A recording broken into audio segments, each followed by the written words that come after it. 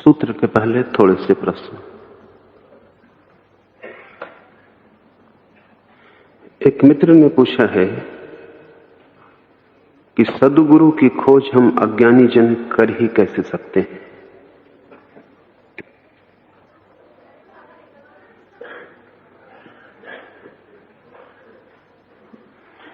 यह थोड़ा जटिल सवाल है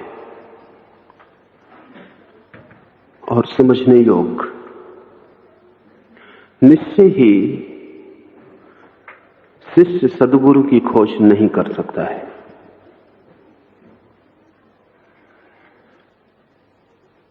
कोई उपाय नहीं है आपके पास जांचने का कि कौन सद्गुरु है,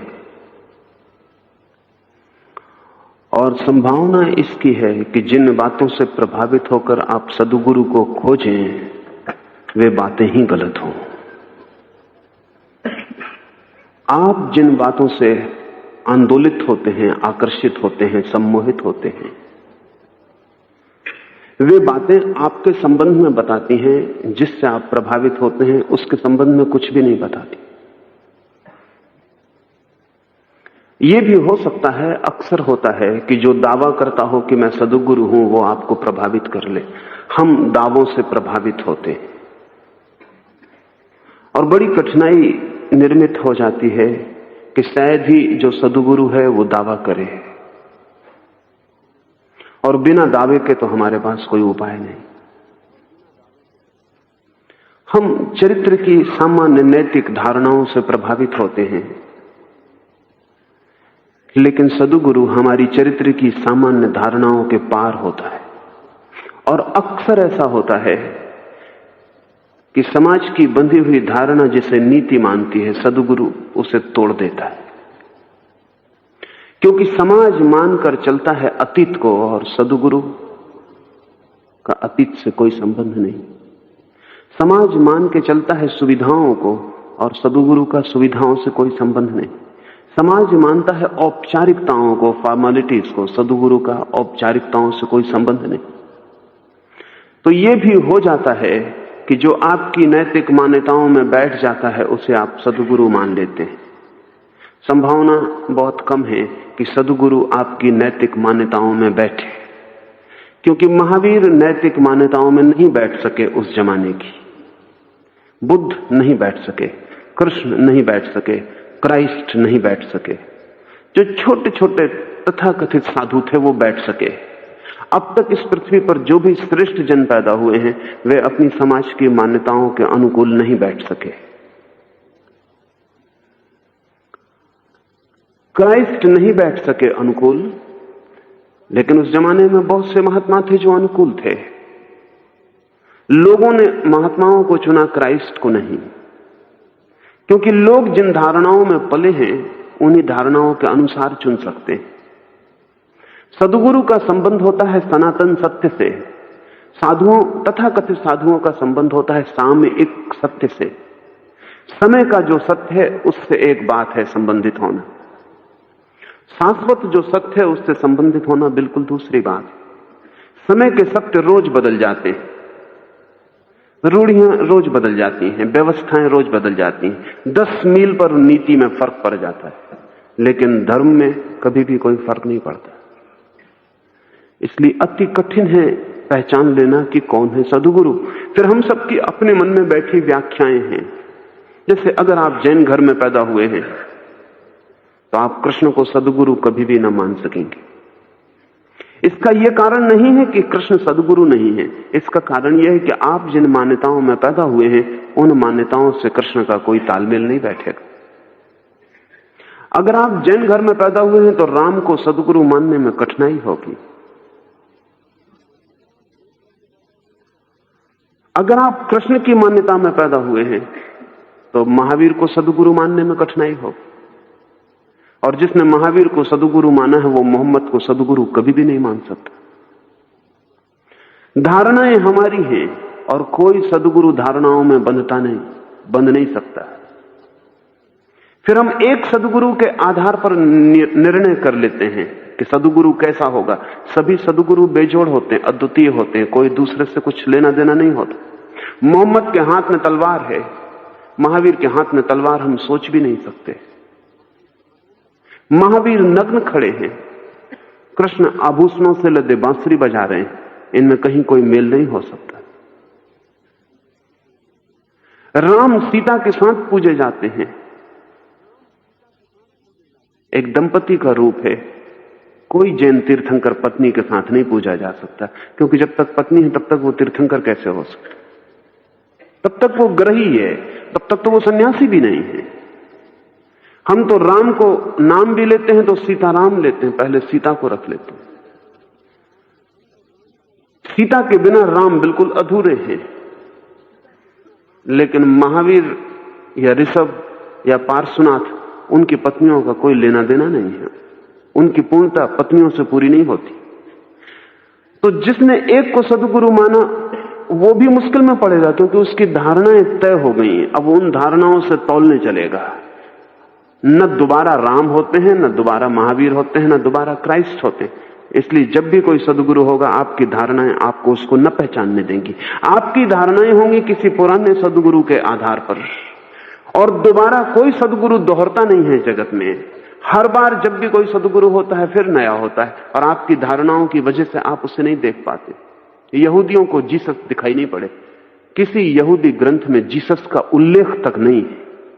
जीसस जैसा व्यक्ति पैदा हुआ हो, यहूदी घर में पैदा हुआ है। आज सारी दुनिया में जीसस को मानने वाले सर्वाधिक लोग हैं, आधी दुनिया जीसस को मानती है, लेकिन यहूदी किताबों में नाम का भी उल्लेख नहीं। आप जान के हैरान होंगे, महावीर का हिंदू ग्रंथों में कोई उल्लेख नहीं।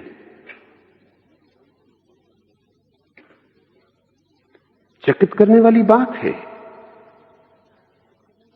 कारण साफ है, जिन्होंने राम को, कृष्ण को गुरु माना, वो महावीर को नहीं मान सकते। जिन्होंने मूसा को गुरु माना, वो जीसस को गुरु नहीं मान सकते। कारण ये नहीं है कि जीसस और मूसा में कोई विरोध है। कारण सिर्फ इतना है कि धारणा जब बंध जाती है तो उसी धारणा से हम तौलने जाते, वो धारणा ही बाधा बन जाती। तो हम कैसे तौले? कोई कभी सदगुरु की खोज नहीं कर सकता है, तब तो बड़ी अड़चन हो जाएगी। घटना दूसरी ही घटती है, सदगुरु आपकी खोज करता है। लेकिन तब मामला और जटिल हो जाएगा। फिर आपसे खोज करने के लिए कहने का क्या अर्थ है कि सदगुरु की खोज करें? कहने का सिर्फ इतना ही अर्थ है कि सदगुरु की जब आप खोज कर रहे होंगे, अगर आपने धारणाएं ना बनाई, अगर आप निर्मल शांत मौन चित्त से खोज करते रहे, इस खोज में ही कोई सदगुरु आपको चुन लेगा, और कोई उपाय नहीं है। आप नहीं खोज पाएंगे, लेकिन आपकी ये खोज आपको सदगुरुओं के निकट ले जाएगी और कोई आपको चुन लेगा। सदगुरु आपको पहचान सकता है कि आप हो सकते हैं शिष्य साधक या नहीं, लेकिन जटिलताएं बढ़ जाती हैं, इसलिए कि सदगुरु जब आपको चुनता है तब भी वो आपको यही भ्रम देता है कि आपने उसे चुना। ये देना जरूरी है। कल ही मैं कह रहा था कि कृष्णमूर्ति को अड़चन यही हो गई कि उन्हें लगा कि सदगुरुओं ने उन्हें चुन लिया। जल्दी थी, कारण था कृष्णमूर्ति की उम्र थी कम, 9 साल, और एनी बिसेंट और लीड बीटर बूढ़े हो रहे थे, और कोई उपाय नहीं था कि वो प्रतीक्षा करें कि कृष्णमूर्ति उनको चुन सके। कोई दूसरा व्यक्ति मिल नहीं रहा था जिसको वो संभाल सकें, सौंप सकें जो उन्होंने जाना था, और जल्दबाजी थी, और उस जल्दी में उन्होंने कृष्णमूर्ति पर ये मौका नहीं दिया कृष्णमूर्ति को कि उनके मन में ये लगता कि उन्होंने चुना है। वो भूल हो गई, और दुनिया में गुरुओं के खिलाफ सर्वाधिक प्रबलतम रूप से खड़ा होने वाला व्यक्ति पैदा हो गया। लेकिन हर गुरु सुविधा देता है आपको इस भ्रम में पड़ने की कि आपने उसे चुना है। ये देना सुविधा जरूरी है, क्योंकि अभी आपका अहंकार मौजूद है, और अगर आपको ऐसा लगे कि आपने नहीं चुना है तो आपके अहंकार में अभी से बाधा पड़ जाएगी। जो आगे जाके कष्ट देगी। इसलिए सद्गुरुओं ने हजारों साल इस बात का प्रयोग किया है कि वे ही आपको चुनते हैं, लेकिन कभी आपको यह भ्रम नहीं होने देते प्रारंभ में कि उन्होंने आपको चुना है या बुलाया है। आप ही उनके पास जाते हैं, आप ही उन्हें चुनते हैं। ये तो आपको आखिर में ही पता चलता है, जब अहंकार बिल्कुल टूट जाता है, तब आपको पता चलता है कि आप चुने गए, बुलाए गए। ये आपने नहीं चुना था। ये खोज आपसे, सिर्फ आपसे नहीं हो गई, लेकिन ये बहुत बाद में पता चलता है। जुन्नून ने कहा है, एक सूफी फकीर ने, कि 30 वर्ष गुरु के पास रहने के बाद मुझे पता चला कि ये मैं नहीं था जिसने गुरु को चुना है, ये गुरु ही था जिसने मुझे चुना। लेकिन 30 साल रहने के बाद ये पता चला। बुद्ध एक गांव में आए, सारा गांव इकट्ठा हो गया। बुद्ध बोलने को बैठ गए, लेकिन बोलते नहीं। आखिर गांव की पंचायत के प्रमुख ने कहा कि अब आप बोलें भी, सारा गांव आ गया। बुद्ध ने कहा, थोड़ा ठहरे, जिसके लिए बोलने को मैं आया हूं वो मौजूद नहीं। सब तरफ गांव के लोगों ने देखा, गांव के जो जो प्रमुख लोग थे सभी मौजूद थे, जो भी समझ सकते थे मौजूद थे, जिनमें थोड़ी धर्म की रुचि थी वे सभी मौजूद थे। कोई आदमी ऐसा दिखाई नहीं पड़ा। छोटा सा गांव था, बुद्ध किसकी प्रतीक्षा कर रहे हैं? और गांव के लोग बड़े हैरान हुए कि बुद्ध किसी की प्रतीक्षा कर रहे हैं।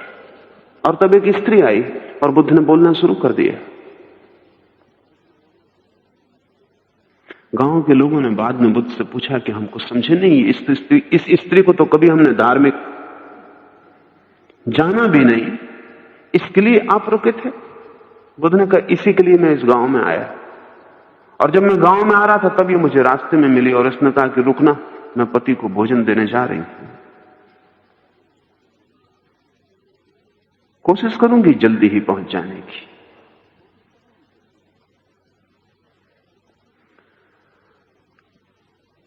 गांव के लोगों को ख्याल में भी नहीं आ सकता कि बुद्ध किसी का चुनाव कर रहे हैं।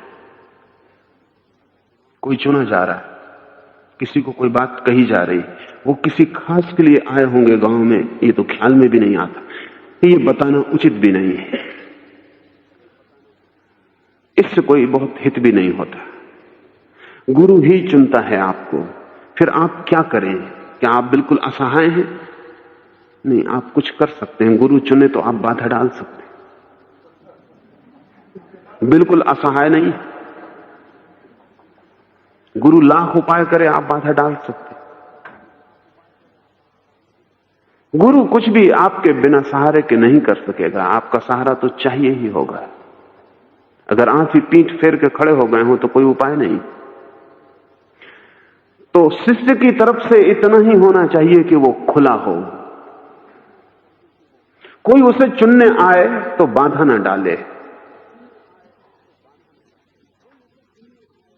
तब डर लगेगा कि फिर कहीं ऐसे में असदगुरु हमें चुन ले। यहां जरा और बारीक बात, जिस तरह मैंने कहा कि शिष्य का अहंकार होता है और इसलिए उसे ऐसा भास होना चाहिए कि मैंने चुना, उसी तरह असदगुरु का अहंकार होता है। उसे इसी में मजा आता है कि शिष्य ने उसे चुना। थोड़ा समझ लें, असदगुरु को तभी मजा आता है जब आपने उसे चुना हो। असदगुरु आपको नहीं चुनता, सदगुरु आपको चुनता है। असदगुरु कभी आपको नहीं चुनता। उसका तो रस ही यह है कि आपने उसे माना, आपने उसे चुना। इसलिए आप चुनने की बहुत फिक्र ना करें, खुलेपन की फिक्र करें, संपर्क में आते रहें, लेकिन बाधा ना डालें, खुले रहें। इजिप्शियन साधक कहते हैं, when the disciple is ready, the master appears। और आपकी रेडीनेस, आपकी तैयारी का एक ही मतलब है कि जब आप पूरे खुले हैं तब आपके द्वार पर वो आदमी आ जाएगा जिसकी जरूरत है। क्योंकि आपको पता नहीं है कि जीवन एक बहुत बड़ा संयोजन है। आपको पता नहीं है कि जीवन के भीतर बहुत कुछ चल रहा है पर्दे की ओट में। आपके भीतर बहुत कुछ चल रहा है पर्दे की ओट में। जीसस को जिस व्यक्ति ने दीक्षा दी वो था जॉन द बैप्टिस्ट, बपतिस्मा वाला जॉन। बपतिस्मा वाला जॉन एक बूढ़ा सदगुरु था जो जोर्डन नदी के किनारे 40 साल से निरंतर लोगों को दीक्षा दे रहा था। बहुत बूढ़ा और जर्जर हो गया और अनेक बार उसके शिष्यों ने कहा कि अब बस, अब आप श्रम ना लें। लाखों लोग इकट्ठे होते थे उसके पास, हजारों लोग उससे दीक्षा लेते थे। जीसस के पूर्व बड़े से बड़े गुरुओं में वो एक था। लेकिन बपतिस्मा वाला जॉन कहता कि अभी मैं उस आदमी के लिए रुका हूं जिसे दीक्षा देकर मैं अपने काम से मुक्त हो जाऊंगा। जिस दिन वो आदमी आ जाएगा उस दिन मैं विलीन हो जाऊंगा। जिस दिन वो आदमी आ जाएगा उसके दूसरे दिन तुम मुझे नहीं पाओगे। और फिर एक दिन आके जीसस ने दीक्षा ली और उस दिन के बाद बपतिस्मा वाला जॉन फिर कभी नहीं देखा गया। शिष्यों ने उसकी बहुत खोज की, उसका कोई पता न चला कि वो कहां गया, क्या उसका हुआ। वो जीसस के लिए रुका हुआ था। इस आदमी को सौंप देना था, लेकिन इसकी प्रतीक्षा करनी पड़ेगी जब ये आदमी आए। और इस आदमी के पास जॉन जा सकता था। जीसस का गांव जोर्डन से बहुत दूर न था, वो जाके भी दीक्षा दे सकता था, लेकिन तब भूल हो जाती। तब शायद जीसस उस दीक्षा को ऐसे ही ना झेल पाते जैसा कृष्णमूर्ति को मुसीबत हो गई। पास ही था गांव, लेकिन जॉन वहां नहीं गया। उसने प्रतीक्षा की कि जीसस आ जाए। जीसस को यह ख्याल तो होना चाहिए कि मैंने चुना है। बुनियादी अंतर पड़ जाते। इतना ख्याल देने के लिए बूढ़ा आदमी श्रम करता रहा और प्रतीक्षा करता रहा। जीसस के आने पर तिरोहित हो गया। एक आयोजन है जो भीतर चल रहा है, उसका आपको पता नहीं है, आपको पता हो भी नहीं सकता। आप सतह पर जीते हैं, कभी अपने भीतर नहीं गए, तो जीवन की भीतरी तलों का आपको कोई अनुभव नहीं है। जब आप खींचे चले जाते हैं किसी आदमी की तरफ, तो आप इतना ही मत सोचना कि आप ही जा रहे हैं, कोई खींच भी रहा है। सच तो यह है कि जब चुंबक खींचता होगा लोहे के टुकड़े को, तो लोहे का टुकड़ा नहीं जानता है कि चुंबक ने खींचा। चुंबक का उसे पता भी नहीं है। लोहे का टुकड़ा अपने मन में कहता होगा मैं जा रहा हूं। लोहा जाता है, चुंबक खींचता है, ऐसा पता लोहे के टुकड़े को नहीं पता चलता। सद्गुरु एक चुंबक है, आप खींचे चले जाएंगे। आप अपने को खुला रखना। फिर यह भी जरूरी नहीं है कि सब सद्गुरु आपके काम के हों। असद्गुरु तो काम का है ही नहीं, सभी सद्गुरु भी काम के नहीं है। जिससे आपका तालमेल बैठ जाए, जिसके साथ आपकी भीतरी रुझान तालमेल खा जाए, तो आप खुले रहना। जापान में ज़ेन गुरु अपने शिष्यों को एक दूसरे के पास भी भेज देते हैं। यहां तक भी हो जाता है कभी कि एक सद्गुरु जो दूसरे सद्गुरु के बिल्कुल सैद्धांतिक रूप से विपरीत है, विरोध में है, जो उसका खंडन करता रहता है, वो भी कभी अपने किसी शिष्य को उसके पास भेज देता है और कहता है कि अब तू वहां जा। बोकोजू के गुरु ने उस बोकोजू ने कहा कि आप अपने शत्रु के पास मुझे भेज रहे हैं, और अब तक तो मैं यही सोचता था कि वो आदमी गलत है। तो बोकोजू के गुरु ने कहा हमारी पद्धतियां विपरीत हैं। कभी मैंने कहा नहीं कि वो गलत है, इतना ही कहा कि उसकी पद्धति गलत है। पद्धति उसकी भी गलत नहीं है, लेकिन मेरी पद्धति समझने के लिए उसकी पद्धति को जब मैं गलत कहता हूं तो मैं आसानी होती, और मेरी पद्धति को जब वो गलत कहता है तो उसके पास जो लोग बैठे उन्हें समझने में आसानी होती। कंट्रास्ट, विरोध से आसानी हो जाती। जब हम कहते हैं फलां चीज सही है और फलां चीज गलत है, तो काले और सफेद की तरह दोनों चीजें साफ हो जाती। लेकिन बोकोजू तू वहां जा, क्योंकि तेरे लिए वही गुरु है, मेरी पद्धति तेरे काम की नहीं। लेकिन किसी को यह बताना मत, जाहिर दुनिया में हम दुश्मन और भीतरी दुनिया में हमारा भी एक सहयोग है। बोकोजू दुश्मन गुरु के पास जाके दीक्षित हुआ, ज्ञान को उपलब्ध हुआ, और जिस दिन ज्ञान को उपलब्ध हुआ उसके गुरु ने कहा कि अपने पहले गुरु को जाके धन्यवाद दिया, क्योंकि उसने ही तुझे मार्ग दिखाया है, मैं तो निमित्त हूं, उसने ही तुझे भेजा है। असली गुरु तेरा वही है। अगर वो असदगुरु होता तो तुझे रोक लेता, सदगुरु था इसलिए तुझे मेरे पास भेजा। लेकिन किसी को कहना मत, जाहिर दुनिया में हम दुश्मन, पर वो दुश्मनी भी हमारा षड्यंत्र है, उसके भीतर एक गहरी मैत्री भी है। मैं भी वहीं पहुंचा रहा हूं लोगों को जहां वो पहुंचा रहा, मगर ये किसी को बताने की बात नहीं है। हमारा जो खेल चल रहा है उसे बिगाड़ने की कोई जरूरत नहीं। एक अंतर जगत है रहस्यों का, उसका आपको पता नहीं। इतना ही आप कर सकते हैं कि आप खुले रहें, आपकी आंख बंद ना हो, और आप इतने ग्राहक रहें कि जब कोई आपको चुनना चाहे और कोई चुंबक आपको खींचना चाहे तो आपसे कोई प्रतिरोध ना पड़े। एक दिन आप सदगुरु के पास पहुंच जाएंगे। ये तैयारी अगर हुई तो आप पहुंच जाएंगे। थोड़ी बहुत भटकन बुरी नहीं है, और ऐसा मत सोचें कि भटकना बुरा ही है। भटकना भी एक अनुभव है, और भटकने से भी एक प्रौढ़ता, एक मैच्योरिटी आती है। जिन गुरुओं को आप व्यर्थ समझ के छोड़ के चले जाते हैं, उनसे भी आप बहुत कुछ सीखते हैं। जिनसे आप कुछ भी नहीं सीखते, उनसे भी कुछ सीखते हैं। जिनको आप व्यर्थ पाते हैं, अपने काम का नहीं पाते और हट जाते हैं, वे भी आपको निर्मित करते हैं। जिंदगी बड़ी जटिल व्यवस्था है, और उसका सृजन का जो काम है उसके बहुआयाम हैं।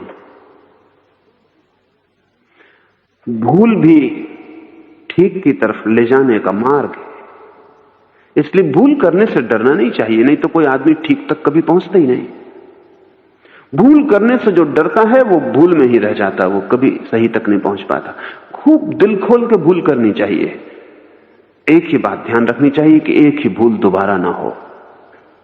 हर भूल इतना अनुभव दे जाए कि उस भूल को हम दोबारा नहीं करेंगे, तो फिर हम धन्यवाद दे सकते हैं उसको भी जिससे भूल हुई, जिसके द्वारा हुई, जिसके कारण हुई, जिसके साथ हुई, जहां हुई, उसको भी हम धन्यवाद दे सकते।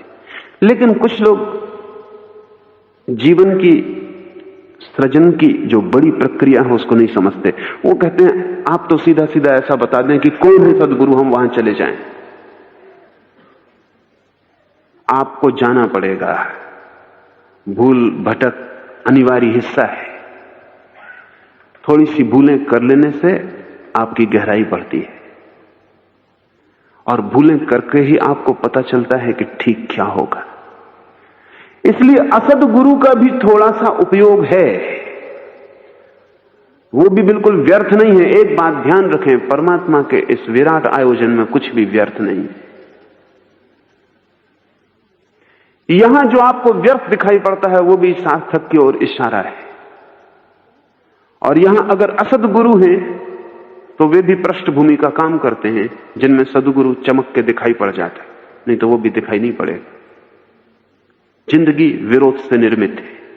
सत्य की खोज असत्य के मार्ग से भी होती है, सही की खोज भूल के द्वार से भी होती है। इसलिए भयभीत ना हो, अभय रखें और खुले रहें। भय की वजह से आदमी बंद हो जाता है, वो डर ही रहता है कि कहीं ऐसा ना हो कि कोई गलत आदमी से जोड़ हो जाए। इस भय से वो बंद ही रहे आते। बंद आदमी का गलत आदमी से तो जोड़ नहीं होता, सही आदमी से भी कभी जोड़ नहीं होता। खुले आदमी का गलत आदमी से जोड़ होता है, लेकिन जो खुला है वो जल्दी ही गलत आदमी के पार चला जाता है, और खुले होने के कारण और गलत के पार होने के अनुभव से जल्दी ही सही के निकट होने लगता है। इतना स्मरण रखें, सदगुरु आपको चुन ही लेगा। वो सदा मौजूद है, शायद आपके ठीक पड़ोस में हो। एक दिन हसन ने परमात्मा से प्रार्थना की कि दुनिया में सबसे बुरा आदमी कौन है, बड़े से बड़ा पापी। रात उसे स्वप्न में संदेश आया कि तेरा पड़ोसी इस समय दुनिया में सबसे बड़ा पापी। हसन बहुत हैरान हुआ। पड़ोसी बहुत सीधा सच्चा आदमी था, साधारण आदमी था, कोई पाप का ऐसी कोई खबर भी नहीं थी, कोई अफवाह भी नहीं थी। बड़ा चकित हुआ कि पापी पास में है जगत का सबसे बड़ा, और मुझे अब तक कोई पता ना चला। उसने उस रात दूसरी प्रार्थना की कि एक प्रार्थना और मेरी पूरी कर, इस जगत में सबसे बड़ा पुण्यात्मा, सबसे बड़ा ज्ञानी, सबसे बड़ा संत पुरुष कौन है? एक तो तूने बता दिया, अब दूसरा भी बता दे। रात संदेश आया कि तेरा दूसरा पड़ोसी, एक तरफ बाईं तरफ वाला कल था, दाईं तरफ वाला आज, वो दुनिया में सबसे बड़ा ज्ञानी और सबसे बड़ा रहस्यदर्शी। हसन तो हैरान हो गया। ये भी एक साधारण आदमी था, एक चम्हार था जो जूते बेचता था। ये पहले वाले आदमी से भी साधारण था। हसन ने तीसरी रात प्रार्थना की कि परमात्मा तू मुझे और उलझनों में डाल रहा है। पहले हम ज्यादा सुलझे हुए थे, तेरे इन उत्तरों से हम और मुसीबत में पड़ गए।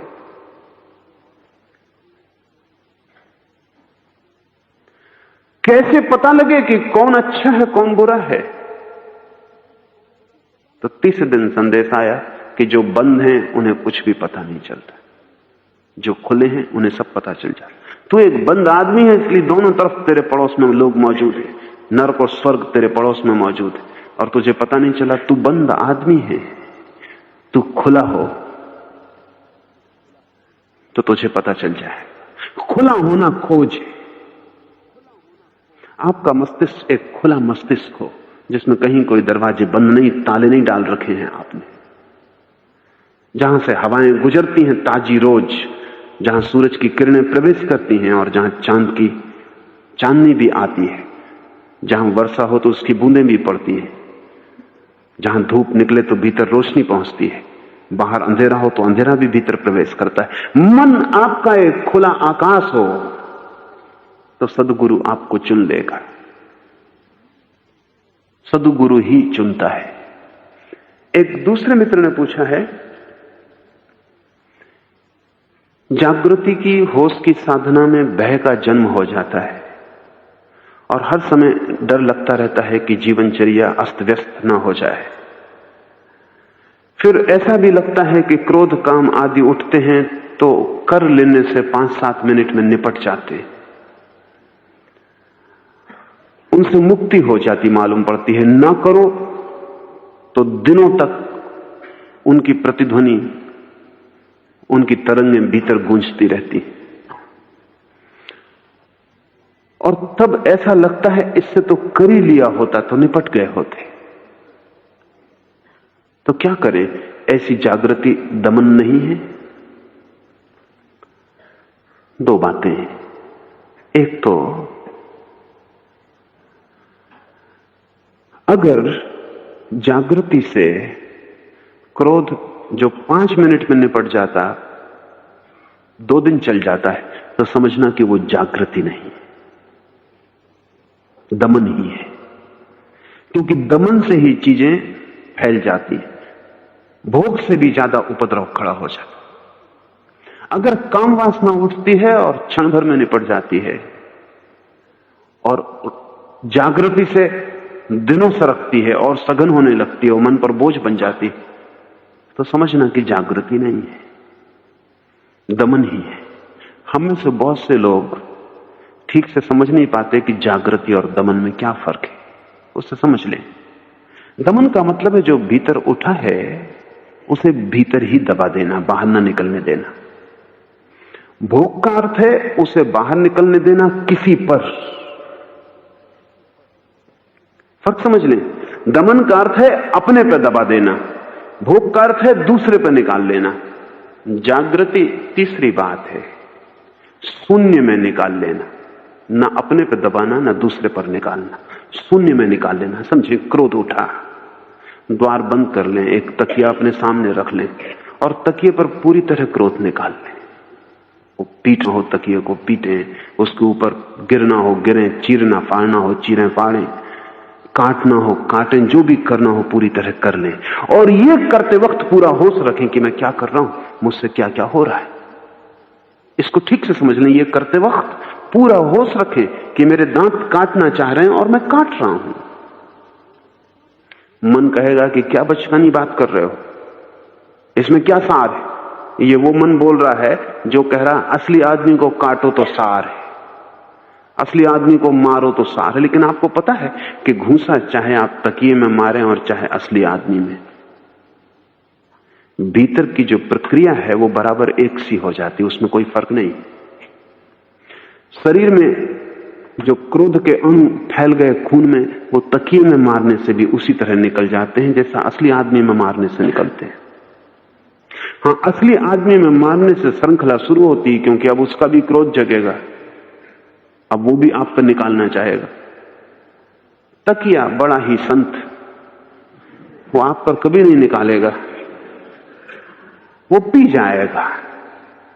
अगर आप महावीर को मारने पहुंच जाते तो जिस तरह वो पी जाते उसी तरह ये तकिया पी जाएगा। आपको दबाना भी नहीं पड़ेगा, रोकना भी नहीं पड़ेगा, और निकालने भी किसी पे नहीं जाना पड़ेगा। इसको ठीक से समझ लें तो कैथारसिस, रेचन की प्रक्रिया समझ में आ जाएगी, और रेचन में ही जागरण आसान है। यह है रेचन, निकालना। और आप सोचते होंगे कि हमसे नहीं निकलेगा, तो आप गलती सोचते हैं। मैं सैकड़ों लोगों पर प्रयोग करके कह रहा हूं, आप ही जैसे लोगों पर बहुत दिल खोल के निकलता है। सच तो यह है कि दूसरे पर निकालने में थोड़ा दमन तो हो ही जाता है, पूरा नहीं निकल पाता। तो वो जो थोड़ा दमन हो जाता है वो जहर की तरह घूमता रहता है। दूसरे पे दिल खोल के कभी निकाले ही नहीं जा सकता, क्योंकि कितना ही बुरा आदमी हो फिर भी दूसरे आदमी के साथ कितना निकाल सकता है।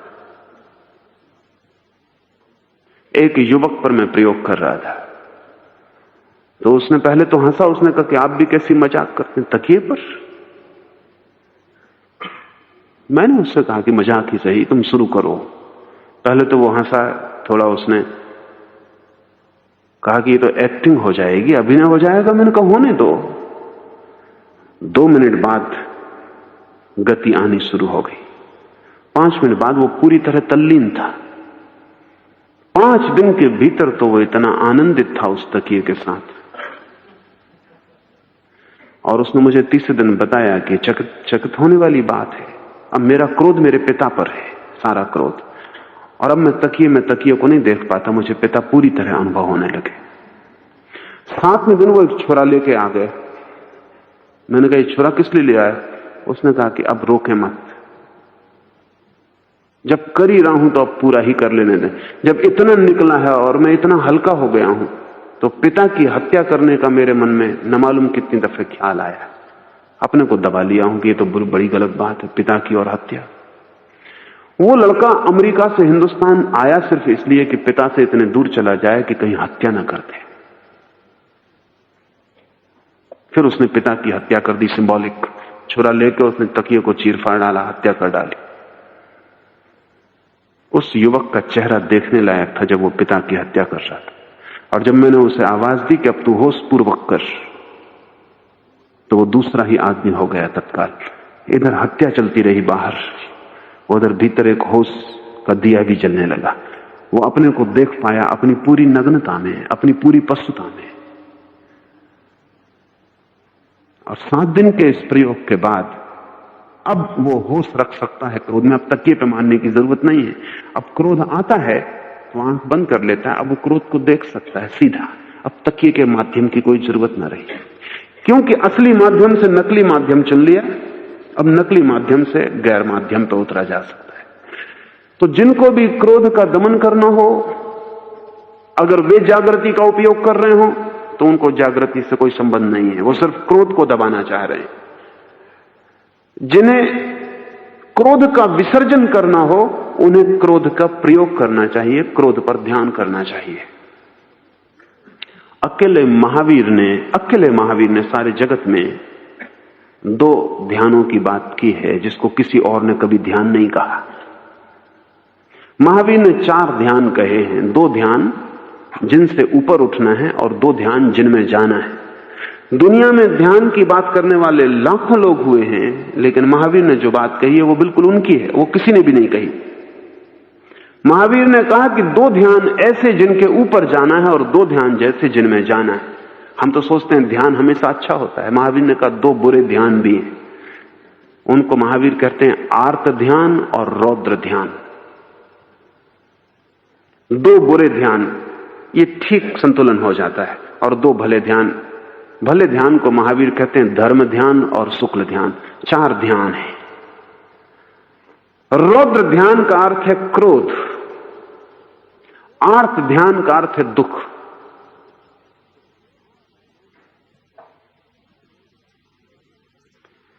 जब आप दुख में होते हैं तो आपको पता है चित्त एकाग्र हो जाता है। कोई मर गया, उस वक्त आपका चित्त बिल्कुल एकाग्र हो जाता है। आपका प्रेमी मर गया, जितना जिंदे थे वो तब उन पर कभी चित्त एकाग्र नहीं हुआ, अब मर गए तो उन पर चित्त एकाग्र हो जाता। अगर जिंदे ही थे तभी इतना चित्त एकाग्र कर लेते तो शायद उन्हें मरना भी ना पड़ता इतने जल्दी। लेकिन जिन्ना में कहीं कोई चित्त एकाग्र होता है, मर गए इतना धक्का लगता है कि सारा चित्त एकाग्र हो जाता है।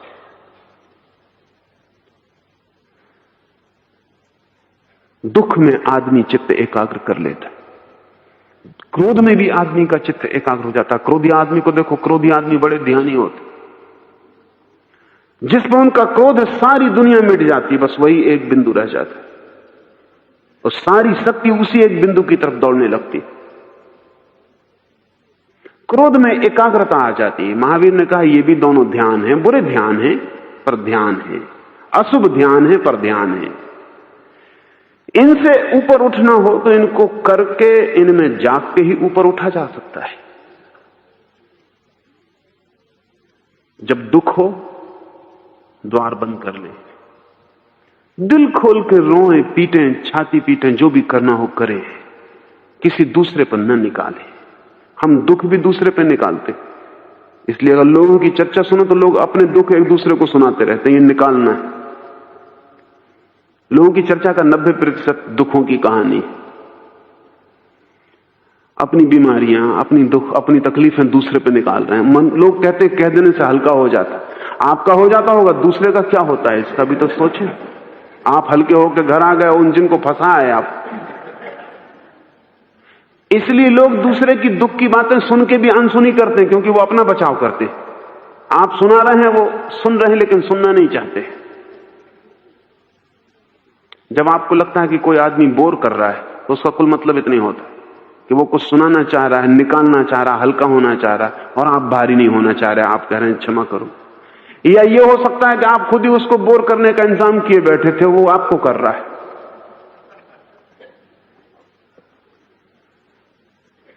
दुख भी दूसरे पे मत निकालें, दुख को भी एकांत ध्यान बना लें। क्रोध भी दूसरे पे मत निकालें, एकांत ध्यान बना लें। शून्य में होने दें विसर्जन और जागरूक रहें होश पूर्वक। आप थोड़े दिन में ही पाएंगे कि एक नई जीवन दिशा मिलनी शुरू हो गई, एक नया आयाम खुल गया।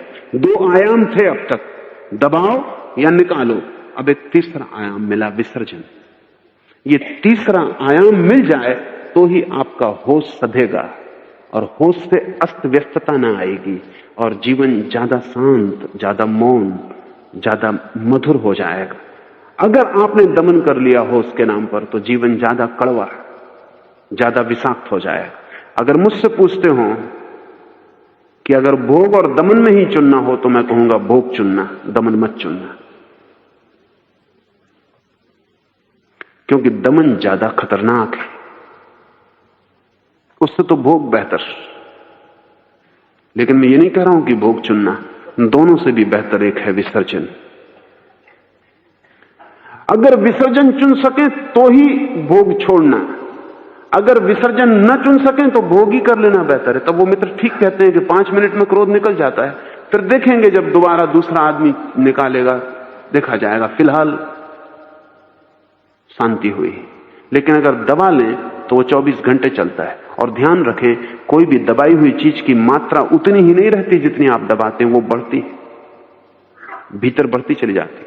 जिससे आप पत्नी पर नाराज हो गए, अब आपने क्रोध दबा लिया, अब आप दफ्तर गए, अब चपरासी जरा सी भी बात कहेगा जो कि कल बिल्कुल चोट नहीं खाती आज चोट दे देगी, उसको भी दबा गए, आपने मात्रा बढ़ा ली।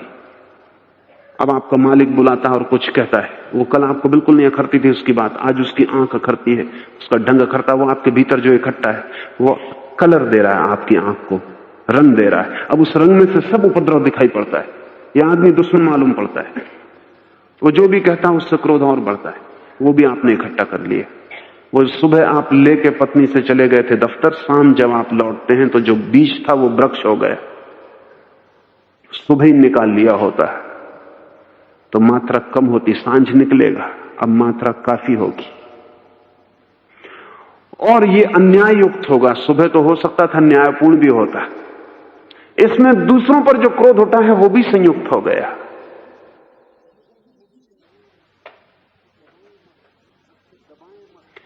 दबाए मत, उससे तो भोग लेना बेहतर है। इसलिए जो लोग भोग लेते हैं वो सरल लोग होते हैं। बच्चों को देखें, उनकी सरलता यही है, क्रोध आया क्रोध कर लिया, खुशी आई खुशी कर ली, लेकिन खींचते नहीं। इसलिए जो बच्चा अभी नाराज हो रहा था कि दुनिया को मिटा देगा ऐसा लग रहा था, थोड़ी देर बाद गीत गुनगुना रहा है, निकाल लिया जो था वो, अब गीत गुनगुना नहीं बचा। आप न दुनिया को मिटाने लायक उछल कूद करते हैं और न कभी तितलियों जैसा उड़ सकते हैं और पक्षियों जैसा गीत गा सकते हैं। आप अटके रहते हैं बीच में। धीरे धीरे आप मिक्सचर, एक खिचड़ी हो जाते हैं सब चीजों की, जिसमें न कभी क्रोध निकलता शुद्ध, न कभी प्रेम निकलता शुद्ध, क्योंकि शुद्ध कुछ बचता ही नहीं, सब चीजें मिश्रित हो जाती। और ये जो मिश्रित आदमी है ये रुग्ण और बीमार आदमी है, पैथोलॉजिकल है। इसके प्रेम में भी क्रोध होता है, इसके क्रोध में भी प्रेम भर जाता है। ये अपने दुश्मन से भी प्रेम करने लगता है, अपने मित्र से भी घृणा करने लगता है। इसका सब एक दूसरे में घोलपेल हो जाता है, इसमें कोई चीजें साफ नहीं होती। बच्चे साफ होते हैं, जो करते हैं उस वक्त कर लेते हैं, फिर दूसरी चीज में गति कर जाते हैं, फिर पीछे नहीं ले जाते। हम साफ नहीं होते, और जैसे जैसे आदमी बूढ़ा होने लगता है वैसे वैसे सब गड्ढमट हो जाता है। आत्मा नाम की कोई चीज उनके भीतर नहीं रहती है, गड्ढमट, कंफ्यूजन।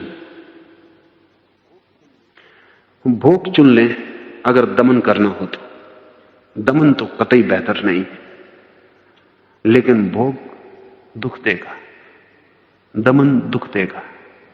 भोग कम देगा शायद, लंबे अरसे में देगा शायद, टुकड़े टुकड़े में, खंड खंड में, अलग अलग मात्रा में देगा शायद। दमन इकट्ठा दे देगा, भारी कर देगा, लेकिन दोनों दुखदाई है। मार्ग तो तीसरा है विसर्जन, न भोग न दमन। ये जो विसर्जन है यह है शून्य में वृत्तियों को रेचन। और जब आप शून्य में करते हैं तो जागना आसान है, जब आप किसी पर करते हैं तो जागना आसान नहीं है। जब आप किसी को घूंसा मारते हैं तो आपको दूसरे पर ध्यान रखना पड़ता है, क्योंकि घूंसे का उत्तर आएगा। जब आप तकिए को घूंसा मारते हैं तो अपने पर पूरा ध्यान रख सकते हैं, क्योंकि तकिए से कोई घूंसा नहीं आ रहा। अपने पर ध्यान रखें और रेचन हो जाने दें। धीरे धीरे ध्यान बढ़ता जाएगा और रेचन की कोई जरूरत न रह जाएगी। एक दिन आप पाएंगे कि भीतर क्रोध उठता है, होश भी साथ में उठता है, होश के उठते ही क्रोध विसर्जित हो जाता है। अभी जिसे आप होश समझ रहे हैं वो होश नहीं, दमन की ही एक प्रक्रिया है। रेचन के माध्यम से होश को साधें। एक छोटा सा प्रश्न और। एक बहन ने लिखा है कि जब भी मैं आंख बंद करके शून्य में खो जाना चाहती हूं तभी थोड़ी देर शांति महसूस होती और फिर भीतर घना अंधेरा छा जाता है। प्रकाश का कब अनुभव होगा? क्या कभी कोई प्रकाश की किरण दिखाई ना पड़ेगी?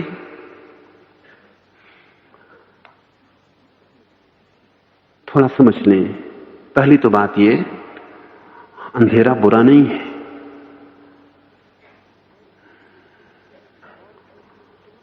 और ऐसी जिद मत करें कि प्रकाश का ही अनुभव होना चाहिए। आपकी कोई भी जिद की यह अनुभव होना चाहिए, बाधा है गहराई में जाने में। गहराई में जाना हो तो जो अनुभव हो उसको पूरे आनंद से स्वीकार कर लेना चाहिए। अंधेरे को स्वीकार कर लें, अंधेरे की अपना आनंद है। किसने कहा कि अंधेरे में दुख है? अंधेरे की अपनी शांति है, अंधेरे का अपना मौन है, अंधेरे का अपना सौंदर्य है। किसने कहा? लेकिन हम जीते हैं धारणाओं में। अंधेरे से हम डरते हैं, क्योंकि अंधेरे में पता नहीं कोई छुरा मार दे, जेब काट ले। इसलिए बच्चे को हम अंधेरे से डराने लगते। धीरे धीरे बच्चे का मन निश्चित हो जाता है कि प्रकाश अच्छा है और अंधेरा बुरा है, क्योंकि प्रकाश में कम से कम दिखाई तो पड़ता है। मैं एक प्रोफेसर के घर रुकता था, उनका लड़का 9 साल का हो गया। उन्होंने मुझसे कहा कि कुछ समझाएं इसको रात में भी पाखाना जाना हो, पुराने ढंग का मकान, बीच में आंगन, उस तरफ पाखाना, तो इसके साथ जाना पड़ता है। इतना बड़ा हो गया, अब अकेला जाना चाहिए। रात में इसके पीछे कोई जाए और दरवाजे के बाहर खड़ा रहे तो ही ये जा सकता। तो मैंने उस लड़के से कहा कि अगर तुझे अंधेरे का डर है तो लालटेन लेके क्यों नहीं चला जाता। उस लड़के ने कहा, खूब कह रहे हैं आप, अंधेरे में तो मैं किसी तरह भूत प्रेत से बच जाता हूं, लालटेन में तो वो सब मुझे देख ही लेंगे। अंधेरे में तो मैं ऐसा चकमा दे के इधर उधर से निकल जाता हूं।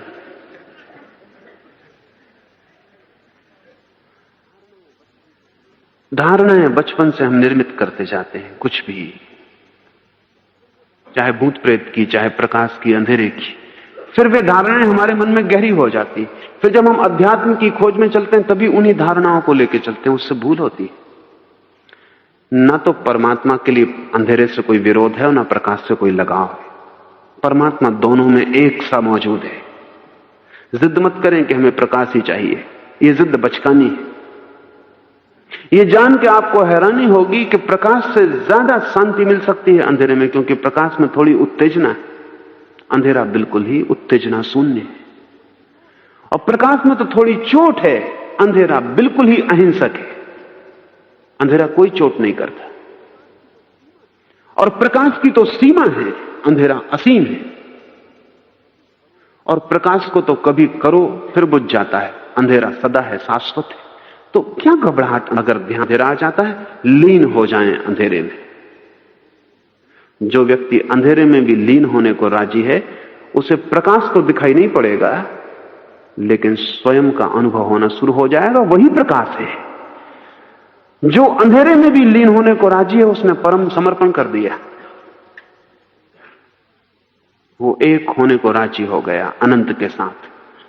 ये जो अनुभव है एक हो जाने का, उसको ही सिंबॉलिक रूप से प्रकाश कहा है, ज्योति कहा है। इन शब्दों में मत पड़े, इन शब्दों का कोई अर्थ नहीं है। ईसाई फकीर अकेले हुए हैं दुनिया में जिन्होंने अंधेरे को आदर दिया है, और उन्होंने कहा है dark night of the soul. कोई भय ना ले, ध्यान में जो भी अनुभव आए उस पर आप अपनी अपेक्षा न थोपें कि यह अनुभव होना चाहिए। जो अनुभव आए उसे स्वीकार कर लें और आगे बढ़ते जाएं।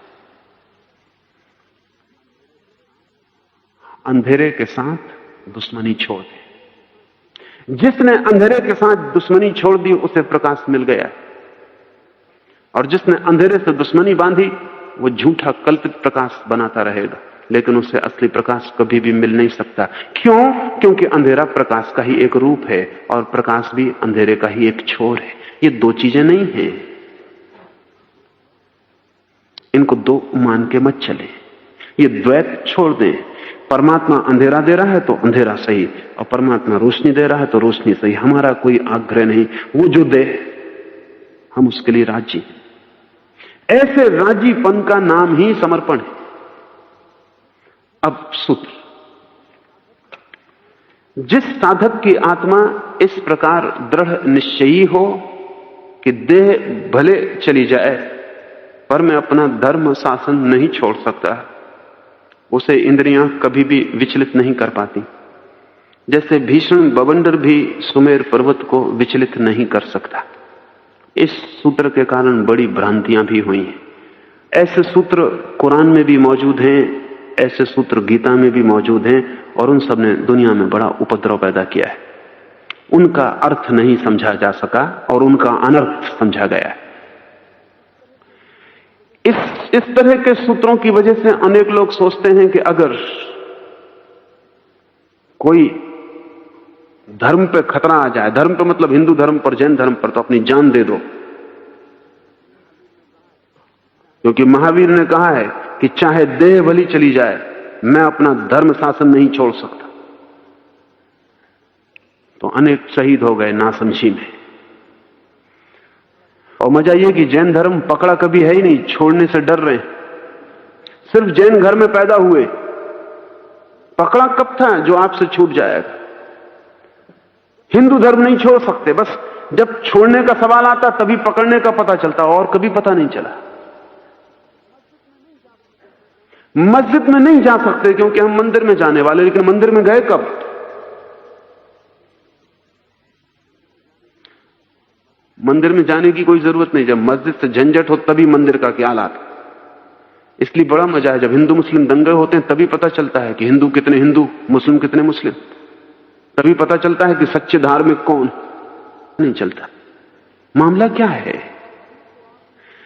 जिस धर्म को आपने कभी पकड़ा ही नहीं, उसको छोड़ने का कहां सवाल उठता है? जन्म से कोई धर्म नहीं मिलता, क्योंकि जन्म की प्रक्रिया से धर्म का कोई संबंध ही नहीं। जन्म की प्रक्रिया है बायोलॉजिकल, जैविक, उसका धर्म से कोई संबंध नहीं। आपके बच्चे को मुसलमान के घर में बड़ा किया जाए, मुसलमान हो जाएगा। हिंदू के घर में बड़ा किया जाए, हिंदू हो जाएगा। ईसाई के घर में बड़ा किया जाए, ईसाई हो जाएगा। तो ये जो धर्म मिलता है, ये तो संस्कार है, शिक्षा है घर की। इसका जन्म से, खून से कोई लेना देना नहीं है। ऐसा नहीं कि आपके बच्चे को पहले दिन पैदा हो और ईसाई घर में रख दिया जाए तो कभी वो पता लगा ले कि मेरा खून हिंदू का है। इस भूल में मत पड़ना। लोग बड़ी भूलों में रहते हैं। माताएं कहती हैं लड़के से कि मेरा खून, और बच्चा पैदा हो, जैसे मैटरनिटी होम में बच्चा पैदा होते हैं, 20 बच्चे एक साथ रख दिए जाएं जो अभी पैदा हुए, और 20 माताएं छोड़ दी जाएं, एक ना खोज पाएगी कौन सा बच्चा उसका। आंख बंद करके बच्चे पैदा करवा दिए जाएं, 20 बच्चे रख दिए जाएं, 20 माताओं को छोड़ दिया जाए, एक मां न खोज पाएगी कौन सा खून उसका है। कोई उपाय नहीं।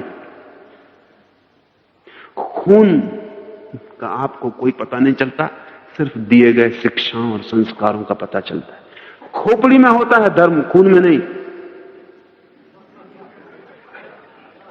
तो किसको मिला मौका आपकी खोपड़ी में डालने का धर्म, वही धर्म आपका हो जाता। ये सिर्फ अवसर की बात है, लेकिन इससे कोई पकड़ भी पैदा नहीं होती, क्योंकि जो धर्म मुफ्त मिल जाता है वो धर्म कभी गहरा नहीं होता। जो धर्म खोजा जाता है और जिसमें जीवन रूपांतरित किया जाता है और इंच इंच श्रम किया जाता है, वो धर्म होता है।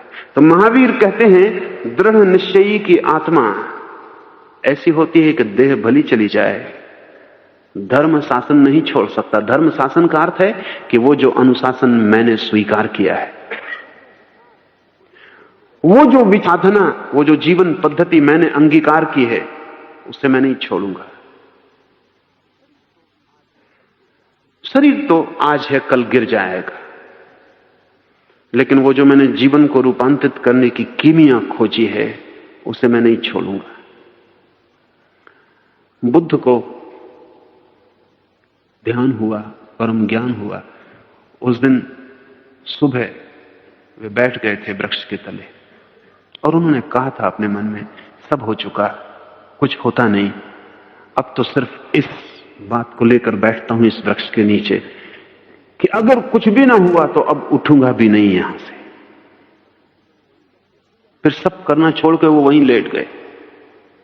फिर उनका अब उठूंगा नहीं, अब बात खत्म हो गई, अब सब यात्रा ही व्यर्थ हो गई, तब इस शरीर को भी क्यों चलाए फिरना। कहीं कुछ मिलता भी नहीं तो अब जाना कहां है। कुछ करने से कुछ होता भी नहीं तो अब करने का भी क्या सार है। अब कुछ भी ना करूंगा, मैं जिंदा ही मुर्दा हो गया, अब तो इस जगह से ना हटूंगा। ये शरीर यहीं सड़ जाए, गल जाए, मिट्टी में मिल जाए। उसी रात ज्ञान की किरण जग गई, उसी रात दिया जल उठा, उसी रात उस महासूरी का उदय हो गया। क्या हुआ मामला? पहली दफा आखिरी चीज, आखिरी दांव लगाते ही घटना घट जाती है। हम दांव पे भी लगाते हैं तो बड़ी छोटी मोटी चीजें लगाते हैं। कोई कहता है कि आज उपवास करेंगे, क्या दांव पे लगा रहे हैं? इससे आपको लाभ ही होगा, दांव पे क्या लगा रहे हैं? क्योंकि गरीब आदमी तो उपवास वगैरह करते नहीं, ज्यादा जो खा जाते ओवरफेड वो करते हैं, तो आपको थोड़ा लाभ ही होगा। डॉक्टर कहेंगे अच्छा ही हुआ कर लिया, थोड़ा ब्लड प्रेशर कम होगा, उम्र थोड़ी बढ़ जाएगी। ये बड़े मजे की बात है कि जिन समाजों में ज्यादा भोजन उपलब्ध है वही उपवास को धर्म मानते। जैसे जैनी वो उपवास को धर्म मानते, उसका मतलब ओवरफेड लोग हैं, ज्यादा खाने को मिल रहा है इसलिए उपवास में धर्म दिखाई पड़ रहा है। गरीब आदमी का धर्म देखा, जिस दिन गरीब आदमी का धर्म का दिन होता है भोजन का उत्सव, अमीर आदमी के धर्म का दिन होता है अनशन। ये दोनों ठीक है, बिल्कुल लॉजिकल, होना भी ऐसे ही चाहिए, होना भी यही चाहिए, क्योंकि साल भर तो मालपुआ गरीब आदमी खा नहीं सकता, धर्म के दिन ही खा सकता है। जो साल भर मालपुआ खाते हैं, इनके लिए धर्म के दिन ये क्या खाएंगे? कोई उपाय नहीं, उपवास कर सकते हैं, कुछ नया कर लेते हैं। लोग कहीं उपवास करके दांव पे लगाते हैं, कोई टुच्ची चीजें छोड़ते रहता, कोई कहता नमक छोड़ दिया, कोई कहता घी छोड़ दिया। इनसे कुछ भी ना होगा। ये दांव नहीं है, धोखे। ये ऐसा जैसा एक करोड़पति जुआ खेल रहा हो और एक कौड़ी दांव पे लगा दे। ऐसा कोई ऐसी चीजें आ जाए कि अगर हारा तो भिखारी होता हूं, उस क्षण में जुआ भी ध्यान बन जाता, उस क्षण में सब विचार रुक जाता। आपको जान के हैरानी होगी, जुए का मजा ही यही है कि वो भी एक ध्यान है। जब पूरा दांव पे कोई लगाता है तो छाती की धड़कन रुक जाती है एक सेकंड को कि अब क्या होता है। इस पार या उस पार, नरक या स्वर्ग, दोनों सामने होते हैं और आदमी बीच में हो जाता है। सस्पेंड हो जाता है, सारा विचार चिंतन बंद हो जाता है, प्रतीक्षा भर रह जाती है कि अब क्या होता है। सब कंपन रुक जाता है, श्वास रुक जाती है कि कहीं श्वास के कारण कोई गड़बड़ ना हो जाए। उस क्षण में जो थोड़ी सी शांति मिलती है वही जुए का मजा है। इसलिए जुए का इतना, वो अलग तरकीबों से ध्यान की झलक लेते रहते हैं, जुए से भी मिलती है झलक। पर झलक काहे की? दांव की। धर्म भी एक बड़ा दांव है। महावीर कहते हैं शरीर चाहे चला जाए, लेकिन वो जो धर्म का अनुशासन मैंने स्वीकार किया है उसे मैं नहीं छोड़ूंगा। ऐसा जो दृढ़ निश्चय कर लेता है, ऐसा जो संकल्प कर लेता है, उसे फिर इंद्रियां कभी भी विचलित नहीं कर पाती। जैसे सुमेरु पर्वत को हवाओं के झोंके विचलित नहीं कर पाते। शरीर को कहा है नाव, जीव को कहा नाविक, संसार को कहा समुद्र। इस संसार समुद्र को महर्षि जन पार कर जाले भूल गए मालूम होता है इस वचन को। अगर शरीर है नाव तो नाव मजबूत होनी चाहिए, नहीं तो सागर पार नहीं होगा। देखो जैन साधुओं के शरीर, कोई उनकी नाव में बैठने को तैयार भी ना हो, क्योंकि कहां डुबा दें कुछ पता नहीं, डूबी हालत ही है उनकी। और शरीर का वो एक ही उपयोग कर रहे हैं जैसे कोई नाव का उपयोग कर रहा हो, उसमें और छेद करता चला जाए। इसको हम तपश्चर्या कहते हैं। महावीर नहीं कह सकते, क्योंकि महावीर कहते हैं शरीर है नाव, नाव तो स्वस्थ होनी चाहिए, अच्छिद्र, उसमें कोई छेद नहीं होना चाहिए, बीमारी। महावीर के पास ऐसा शरीर था, लेकिन कहीं कोई भूल हो गई है। उनका मानने वाला शरीर का दुश्मन हो गया। वो समझता है गलाओ शरीर को, मिटाओ शरीर को, जितना मिटाए उतना बड़ा आदमी। अगर भक्तों को पता चल जाए तो थोड़ा ठीक से खाना खा रहे हैं उनके गुरु, तो प्रतिष्ठा चली जाती। अगर भक्तों को पता चल जाएगा थोड़ा ठीक से विश्राम कर लेते हैं लेट के, सब गड़बड़ हो जाता। तो अगर जैन साधुओं को ठीक से लेटना भी हो, ठीक से भोजन भी करना हो, उसके लिए भी चोरी करनी पड़ती, क्योंकि वो जो भक्तगण हैं चारों तरफ वो दुश्मन की तरह लगे, वो पता लगा रहे हैं कि क्या कर रहे हो क्या नहीं कर रहे। एक दिगंबर जैन मुनि वस्त्र पर, बिस्तर पर, किसी चीज पे सो नहीं सकता। सर्द रात थी, तो क्या किया जाए? तो दरवाजा बंद कर दिया जाता, थोड़ी बहुत गर्मी हो जाए। और किस तरह के पागलपन चलते रहते। घास फूस डाल दिया जाता है कमरे में, वो भी भक्तगण डालते, क्योंकि अगर मुनि खुद कहे कि घास फूस डाल दो तो उसका मतलब है कि तुम शरीर के पीछे पड़े हो, तुम्हें शरीर का मोह है। जब आदमी आत्मा ही है तो फिर क्या सर्दी और क्या गर्मी। तो पुआल डाल देते, लेकिन वो पुआल भी भक्ति डाले। वो मुनि कह नहीं सकता। मैं उस गांव में था तो मुझे पता चला कि रात में जिन भक्तों ने पुआल डाली वो जाकर देख भी आते हैं कि पुआल ऊपर तो नहीं कर ली, नीचे डली रहे।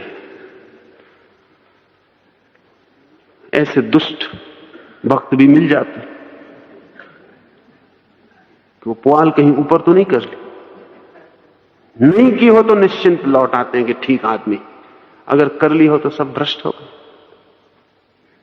ऐसा लगता है कि पर दुख का रस है, और पर दुख का जिनको रस है वो वैसे आदमी को आदर दे सकते हैं जिसको स्वदुख का रस हो। कि लोग दुनिया में सैडिस्ट और मैसोचिस्ट, सैडिस्ट वो लोग हैं जो दूसरे को दुख देने में मजा लेते, और मैसोचिस्ट वो लोग हैं जो खुद को दुख देने में मजा लेते। ऐसा मालूम पड़ता है कि हिंदुस्तान में इन दोनों के बड़े तालमेल हो गए हैं। मैचोसिस्ट हो गए हैं गुरु और सैडिस्ट हो गए हैं शिष्य। तो गुरु को कितनी तकलीफ गुरु अपने हाथ से उठा रहा है, उतना शिष्य चर्चा करते हैं कि क्या तुम्हारा गुरु, हमारा गुरु कांटों पर सोया हुआ है। जैसे कि ये कोई सर्कस है, यहां कौन कहां सोया हुआ है इसका सब निर्णय होने वाला है। कौन खा रहा है कौन नहीं खा रहा है इसका निर्णय होने वाला है। कौन पानी पी रहा है कौन नहीं पी रहा है इसका निर्णय होने वाला है। निर्णायक एक ही बात है कि शरीर को कौन, क्योंकि नाव के बिना नदी पार नहीं हो सकती। इसलिए शरीर मित्र है, शत्रु नहीं। शरीर साधन है, शत्रु नहीं। शरीर मार्ग है, शत्रु नहीं। शरीर उपकरण है, शत्रु नहीं। और उपकरण का जैसा उपयोग करना चाहिए वैसा शरीर का उपयोग करना चाहिए। कोई कहे कि कार से पार करनी है यात्रा और पेट्रोल हम देंगे ना कार को। कोई कहे कि शरीर से करनी है यात्रा और भोजन डालेंगे ना शरीर में, तो फिर वो शरीर के यंत्र को नहीं समझ पा रहा है। महावीर ने कहा यह है कि किसी भी दिशा में असंतुलित ना हो जाओ, इतना जितना पार होने में सहयोगी हो, बोझ ना बने, इतना कम भी नहीं कि असक्त हो जाए और बीच में डूब जाए। सम्यक भाव शरीर के प्रति हो और शरीर का पूरा ध्यान रखना जरूरी है। जीव को नाविक और संसार को समुद्र, वो जो भीतर बैठे हुआ आत्मा है, वो जो चेतना है, वो है यात्री। और सारा संसार है समुद्र, उससे पार होना है। वो बुरा है ऐसा नहीं, उसके साथ कोई दुर्भाव पैदा करना है ऐसा भी नहीं, लेकिन वहां कोई किनारा। दुखों और पीड़ाओं से बचना हो तो इस पार सागर को पार करके तट पर पहुंच जाना चाहिए, जहां आंधियां और तूफानों का कोई प्रभाव नहीं। और जब तक कोई सागर में है तब तक डूबने का डर बना ही रहेगा, कितनी ही अच्छी नाव हो। नाव पर ही डूबना न डूबना निर्भर नहीं है, सागर की उत्ताल तरंगें भी हैं, भयंकर आघात होते, तूफान है, आंधियां उठती, वर्षा आती है। इससे जितने जल्दी कोई पार हो सके, अगर हम इस प्रतीक को ठीक से समझें और अपने चारों तरफ संसार को देखें, तो वहां क्रोध है, दुख है, पीड़ा है, संताप है, उपद्रव ही उपद्रव है, और हम उसके बीच में खड़े हैं। महावीर जमाने में भारत की आबादी भी 2 करोड़ से ज्यादा नहीं थी।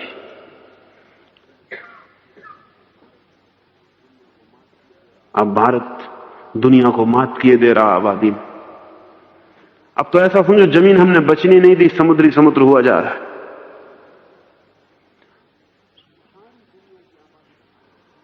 सारी दुनिया की आबादी 3.5 अरब हो गई है।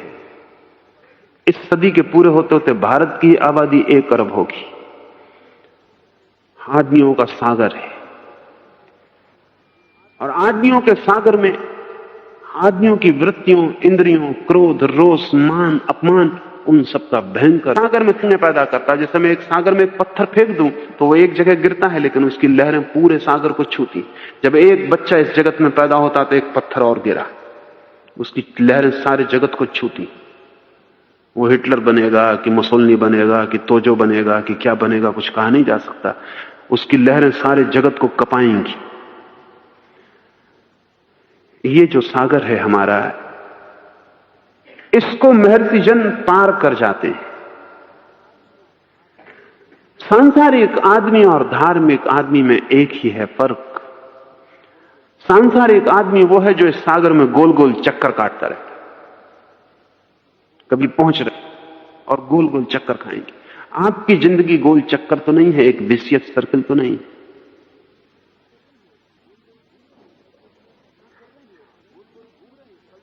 क्या कर रहे हैं आप? गोल गोल घूम रहे हैं। कल जो किया था वही आज भी कर रहे हैं, वही परसों भी किया था, वही पूरी जिंदगी किया है, रोज रोज वही और जिंदगियों में भी किया है।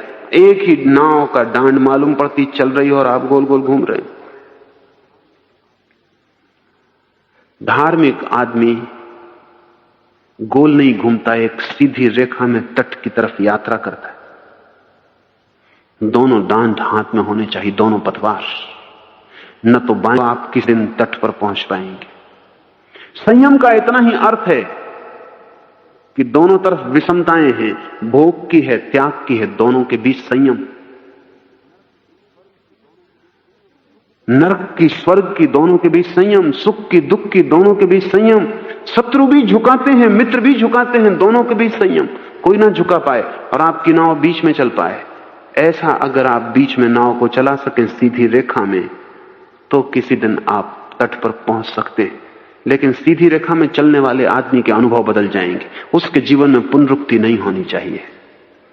जिसके जीवन में पुनरुक्ति हो रही है वो आदमी गोल गोल घूम रहा है।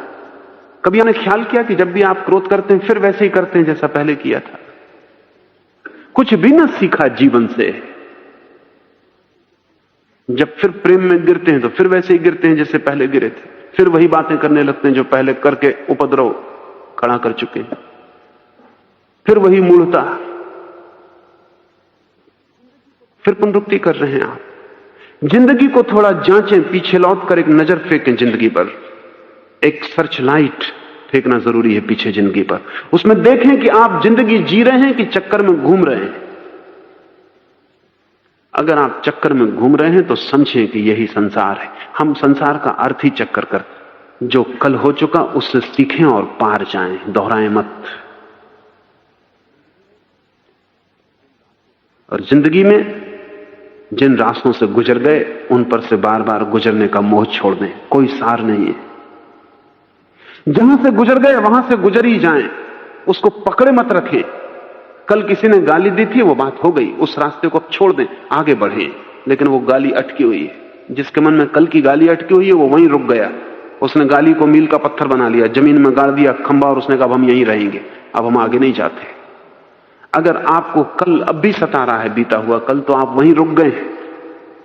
अगर इसको हम सोचें तो हम बोल दे तो एकदम चीख मार के नाचने कूदने लगेंगे, आप भूल जाएंगे कि आप क्या कर रहे हैं।